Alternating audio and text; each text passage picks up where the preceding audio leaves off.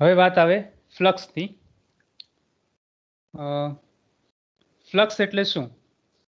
કોઈને ખબર છે ફ્લક્સ એટલે શું? કોઈને ભણવામાં આવ્યું છે? યસ સર નો? યસ સર, Yes, 12th માં sir. ફિઝિક્સમાં આવતું હતું. મીનિંગ ખબર છે કોઈને? ફ્લક્સ એટલે શું? પસાર થતો જથ્થો સર. શું થાય છે? કોઈક સરફેસ માંથી પસાર થતો જથ્થો. હા, પસાર થતો જથ્થો એવું કે છે, બરાબર. એને જે લોકોને ખબર ના હોય અથવા તો જે લોકોને થોડું પ્રોબ્લેમ હોય એ લોકોને હું ફરીથી સમજાવી દઉં કે ડાયવર્જન્સ એટલે તો બધાને ખબર પડી ગઈ કે ડાયવર્જન્સ એટલે કે આપેલા પોઈન્ટમાંથી ને અથવા તો આપેલી સરફેસમાંથી ને એ પાર્ટિકલ્સ જનરેટ થવાનો રેટ એટલે તમારો ફ્લક્સ છે. હવે સોરી, ડાયવર્જન્સ છે. ફ્લક્સ એટલે એને સૌથી પહેલાં તો 3 ડાયમેન્શનમાં આ 3 ડાયમેન્શનમાં છીએ આપણે અત્યારે. આ એક્સ છે, આ વાય છે અને આ ઝેડ ડાયરેક્શન છે ઉપરવાળી. આ 3 ડાયમેન્શનમાં તમને એક સરફેસ, આ યલો કલરનું જે છે એ એક સરફેસ આપેલી છે. એ સરફેસમાંથી ને તમે આ એક સ્મોલ પોર્શન લીધો. આ જે અંદરનો જે ચોરસ છે ને એ સરફેસનો કોઈક એકદમ નાનામાં નાનો પોર્શન લઈ લીધો. એટલે એ તમે સરફેસ ભલે આડાઅવળી હોય પણ એ તમે એટલો નાનો પોર્શન લઈ લીધો કે એ સમતલ થઈ ગયું, એક પ્લેન થઈ ગયું, એટલો નાનો પોર્શન લીધો. ડબલ ઇન્ટિગ્રેશન છે એસ ઉપરનું, એફ ઇન્ટુ એન ડીએસ. હવે આ એન કેરેટ શું છે? તો એ છે નોર્મલ વેક્ટર.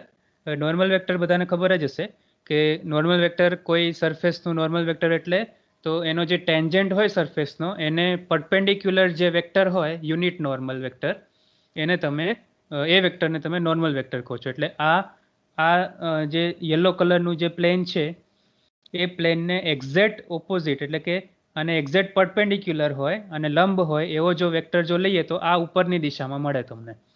આ જે વ્હાઇટ કલરનો જે વેક્ટર છે એનું તમને એન કેરેટ તરીકે નામ આપી શકું. હવે મેં તમને જે પેલું એક્ઝામ્પલ આપ્યું ને કે ધુમાડો તમે કર્યો છે એક રૂમમાં, તો ધારો કે આ એક રૂમ છે XYZ કોઓર્ડિનેટ વાળો, આખો એક રૂમ છે, ક્યુબ છે, એની અંદર તમે ધુમાડો કર્યો છે. એટલે આ જે લવંડર કલરના જે એરો તમને દેખાય છે એ બધા શું બતાવે છે? તો એ ધુમાડાના પાર્ટિકલ બતાવે છે કે આ પાર્ટિકલ અહીંયાથી અહીંયા મૂવ થયો, આ પાર્ટિકલ અહીંયાથી અહીંયા મૂવ થયો, આ પાર્ટિકલ અહીંયાથી અહીંયા મૂવ થાય છે. એવી જ રીતે તમે આખા રૂમમાં કોઈ પણ એક પોઈન્ટ ઉપાડશો તો એ પોઈન્ટ ઉપર એ પોઈન્ટ એટલે એ પોઈન્ટ ઉપર તમને ધુમાડાનો પાર્ટિકલ મળવાનો જ છે. એને તમે એફ નામ આપી દીધું. એ તમે વેક્ટર ફિલ્ડ લઈ લીધું એને તમે, બરાબર. હવે આ હું 0 આગળ લઉં તો ત્યાં પણ મને એક પાર્ટિકલ મળશે ધુમાડાનો. વાય એક્સિસ ઉપર કોઈક પોઈન્ટ લઉં ત્યાં પણ મળે, અહીંયાથી લઉં તો પણ મને એક પોઈન્ટ મળે. તો મેં જ્યાં આ ચોરસ પેલો કટકો લીધો છે સરફેસનો એ પોઈન્ટ આગળ પણ મને ધુમાડાનો કોઈક પાર્ટિકલ તો મળશે જ. અને એ પાર્ટિકલ કેવો હશે? તો કોઈક દિશામાં જતો હશે, એટલે કે એની ડાયરેક્શન કોઈક એક દિશામાં હશે કે જવાની જે ડાયરેક્શન છે એ આપણે ધારી લીધું કે અહીંયાથી ચાલુ કરીને આ દિશામાં જશે. આપણે આવું ધારી લીધું કે આ જે ધુમાડાનો પાર્ટિકલ છે અહીંયાથી ચાલુ કરીને આ દિશામાં ઉપર જશે. તો આને તમે એક વેક્ટર તરીકે લઈ શકો એફ, અને એને જે નોર્મલ વેક્ટર છે એને તમે આ વ્હાઇટ જે વેક્ટર છે એના વડે તમે ડિનોટ કર્યું છે. તો ખરેખર આટલા પોર્શનમાંથી ને આ તમે ઇન્ટિગ્રેશન કરો તો એનો મિનિંગ એવો થાય કે આ ઇન્ટિગ્રેશન બરાબર એ ફ્લક્સ થાય છે. અને એ ફ્લક્સ એટલે હમણાં જે આન્સર આપ્યો કોઈ કે જથ્થો એમાંથી ને કેટલો પસાર થાય, બરાબર. તો એ ખરેખર એ જ છે કે આટલા પોર્શનમાંથી ને જે તમારું વેક્ટર ફિલ્ડ છે, અમે અહીંયા તમારું વેક્ટર ફિલ્ડ ઉદાહરણમાં શું લીધું? તો પેલો ધુમાડો લીધો તમે.